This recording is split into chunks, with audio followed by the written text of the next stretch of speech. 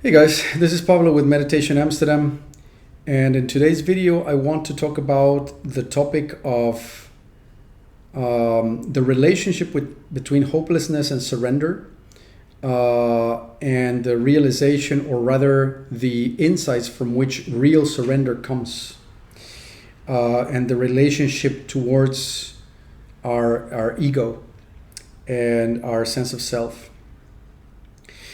Now,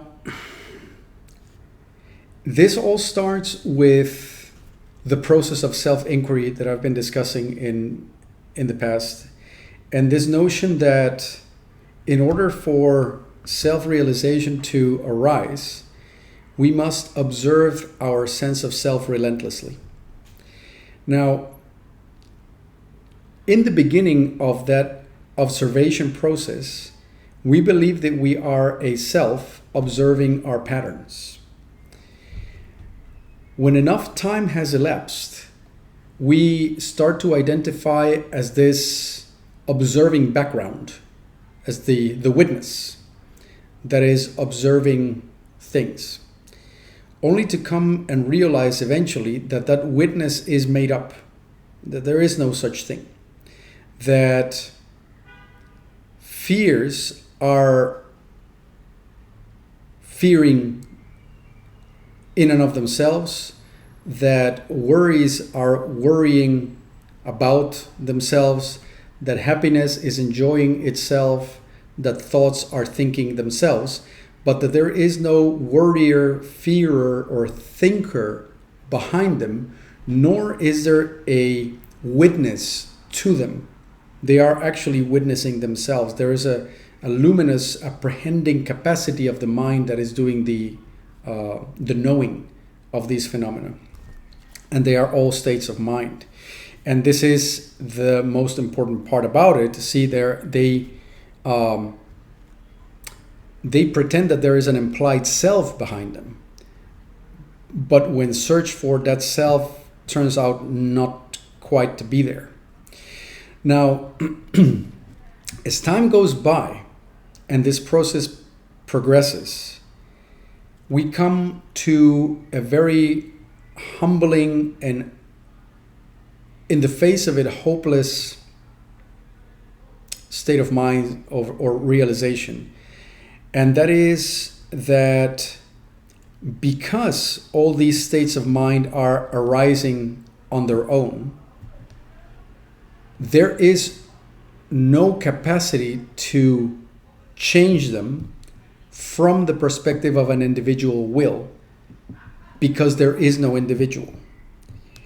And that our very best attempts at doing things differently have failed, because those attempts imply that there's an individual trying to improve his or herself. And so it's bound to meet with the limitations of a system that is closed. It's looped. And it includes a sense of self with a supposed willpower that is trying to change it from within, and it can't. Now, why am I mentioning all this? I'm mentioning all this because we often try to exercise surrender as part of our spiritual endeavors. We try to surrender to the way things are. And it's not an available move, because to exercise surrender implies that there's someone there who's trying to do the surrendering. And that someone doesn't really exist. The only way to get to really surrender is to actually lose all hope. To lose hope in the possibility that we, through our individual willpower and intelligence and grit and determination, will create a fundamental change. That illusion needs to be found to be false. That illusion cannot be surrendered either. It needs to be found to be false. We need to come to the end of the road, having tried extremely hard, and having in that trying also clarified our mind, come to realize that the mind is powerless against its own impulses. because the will to try to change those impulses is in itself an impulse. And so it's a completely circular exercise. There needs to be a coming to terms with the fact that we can't change ourselves. It can't be done. We cannot pull ourselves up by our own bootstraps. And this loss of hope, this true humility, is coming from a realization of truth. I can't improve myself. The very idea of improving myself is coming from an impulse of selfishness. Where else would it come from? Right? And everything I do, everything I think, no matter how lofty, no matter how spiritual, no matter how wholesome, is tainted by selfhood, which is completely made of self-concern and self-interest. Every single thought, every single emotion, every single notion, every single intent that is mine, no matter how good, is coming from a me that is entirely self-interested, and in fact entirely made of self-interest. The I, or the self, is once distilled to its essence, once seen for what it is nothing but pure petulance and self-interest. It wants things to pan out in a way that it likes. Even if it includes self-torture and flagellation, whatever, it's all a means to an end for things to finally be nice and good in the way that we believe should be nice and good. So you must, one way or another, and the typical way to do that is through self-inquiry and clarification of your own intent, come to realize that every single thing you've ever done and thought has been self-interested at heart, at its core. No matter how lofty or self-effacing it may be in the face of it, it still needs to pan out in the way that I want it to pan out. Now, that hopelessness needs to dawn on the ego. The ego needs to fall to its knees and recognize its powerlessness. Not as a kind of self-flagellation and genuflecting and sort of making a travesty out of this surrender, but the taste of hopelessness, the gloomy and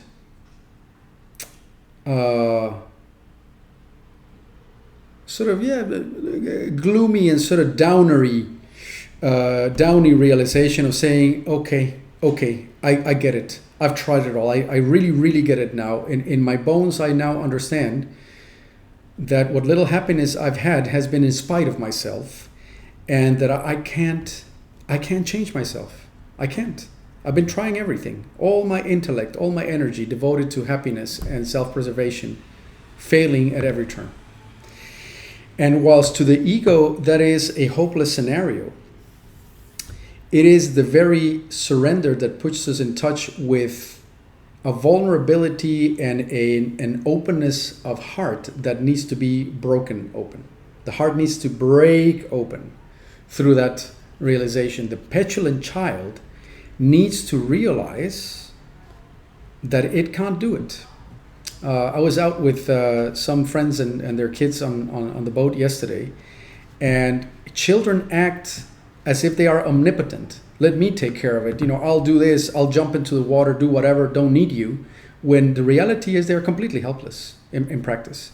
And this is the ego. It's the petulance of thinking that you, through your resources, can make life pan out the way you want it to.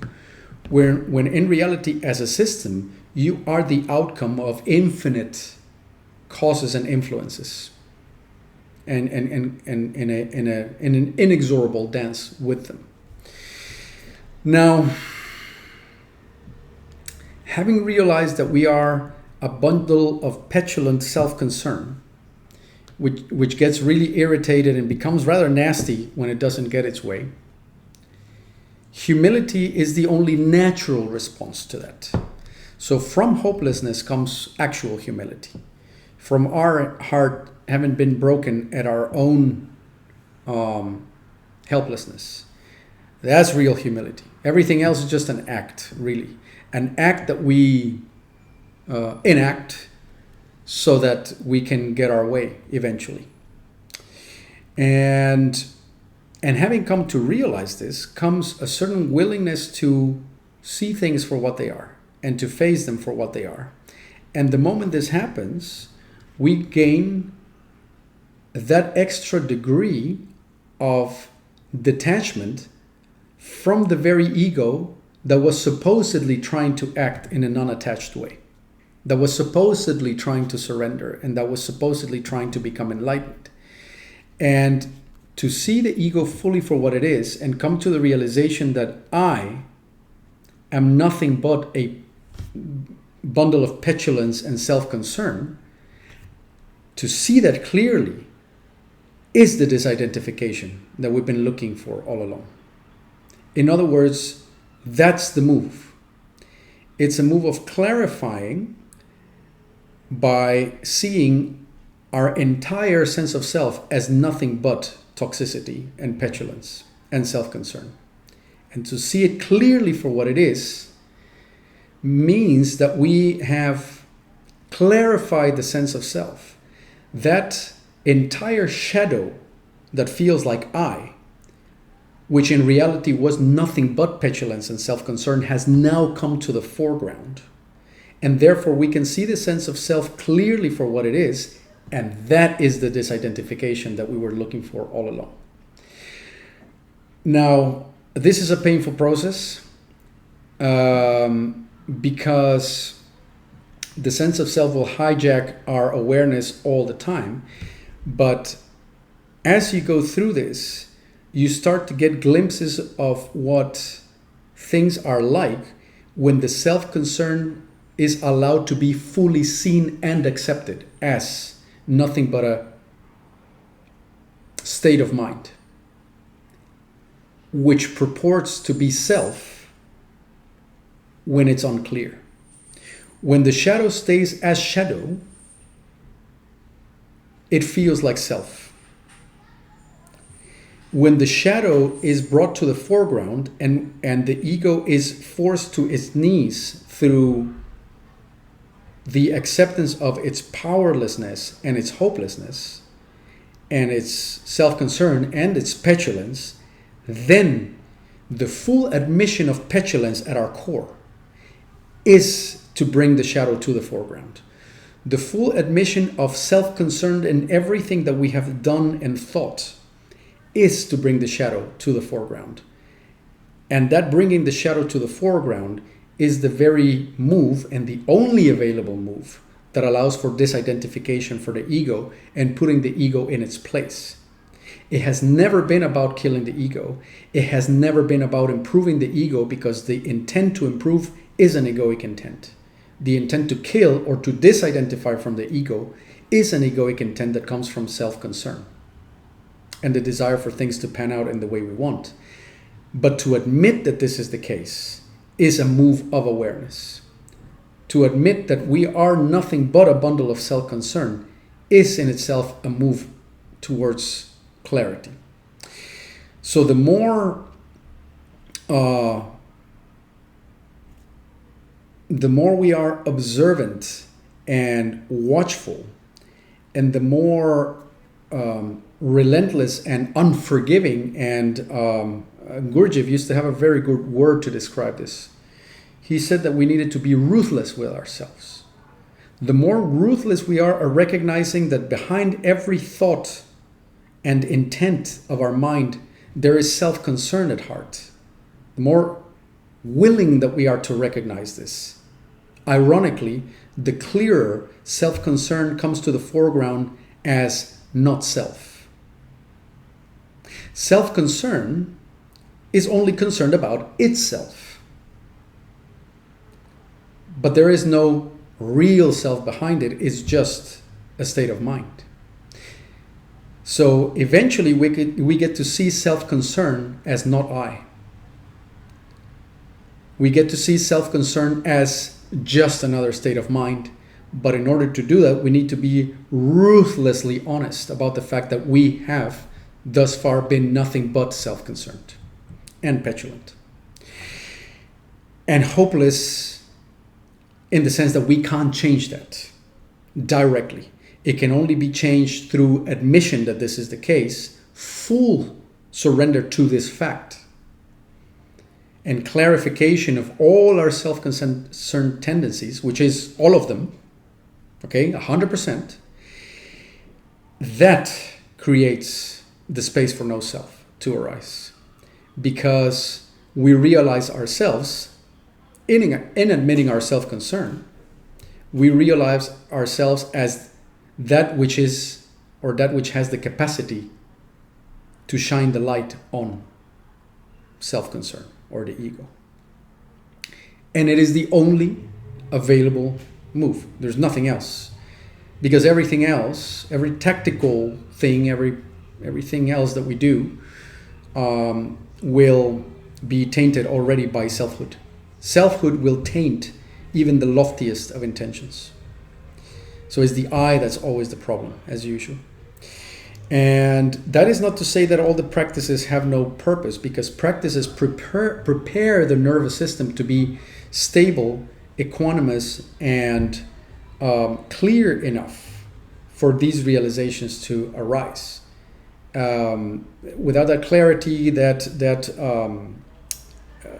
stability, is very unlikely that we will go there, because our entire nervous system will be geared around defense. So the walls of defense need to be appeased enough, and the nervous system needs to be stable enough, and our mind needs to understand how to orient itself towards clarity so that this process can unfold. Therefore, it is a process. And the spiritual practices that we do while we are purely self-concerned start to undermine indirectly that self-concern so that it can eventually be seen through with enough clarity. This is a hell of a realization. It's a complete game changer, actually, and that's why I wanted to share it. And while it may sound like more of the same, it's once again coming from a place of insight, so that it hopefully transmits a little bit more clearly and better. So I just wanted to share that for whatever it's worth. And I am, as usual, really curious about what you guys make of it. And if you think that these topics can be helpful to others, then you're liking, sharing, and subscribing to the channel. Make the content more available out there. So thanks for doing that. Thanks for all the support. And I'll be back with more videos pretty soon, as usual. Thanks and goodbye.